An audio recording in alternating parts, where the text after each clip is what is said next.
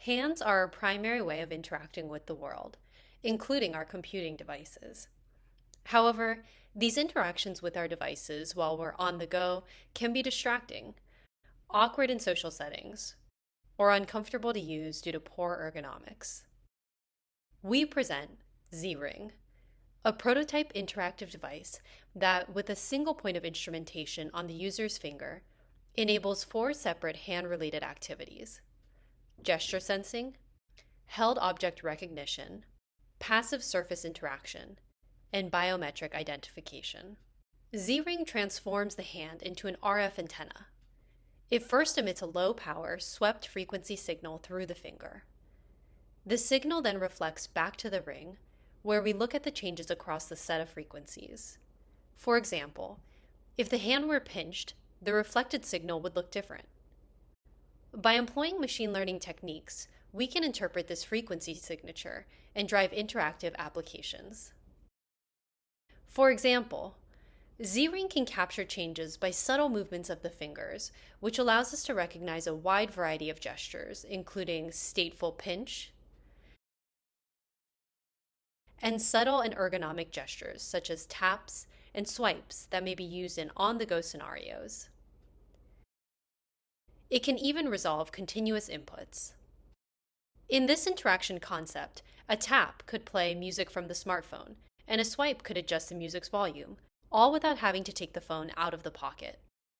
Next, because Z-Ring's field sensing approach propagates through the hand, it can also be used to sense information about objects the user is in contact with. As each item returns a unique RF reflectance profile, the device can recognize which object the user is holding. In this demo, the system can differentiate between 4 different everyday objects. This can be used to trigger context-aware interactions, such as automatically reserving a room when grabbing a particular door handle, or ensuring one is properly hydrated by counting the number of times one drinks from their bottle. The same technique allows us to detect interactions on interfaces cut out of a simple copper sheet. This technique can create buttons, which can be differentiated based on their unique shapes, or continuous input interfaces, such as with this 1D slider, or even 2D gestures on this touchpad. This allows for low-cost, passive, ad hoc interfaces to be deployed in everyday surroundings, like this passive slider on the coffee table to control the brightness of the overhead lights. Finally, Z-Ring can detect subtle changes in reflectance properties resulting from each person's unique anatomy, allowing the wearer to be automatically identified or authenticated for privacy-centric or security applications.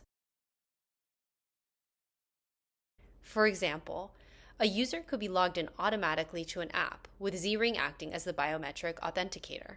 For more information on performance and paths to miniaturization, please refer to our paper. Thank you.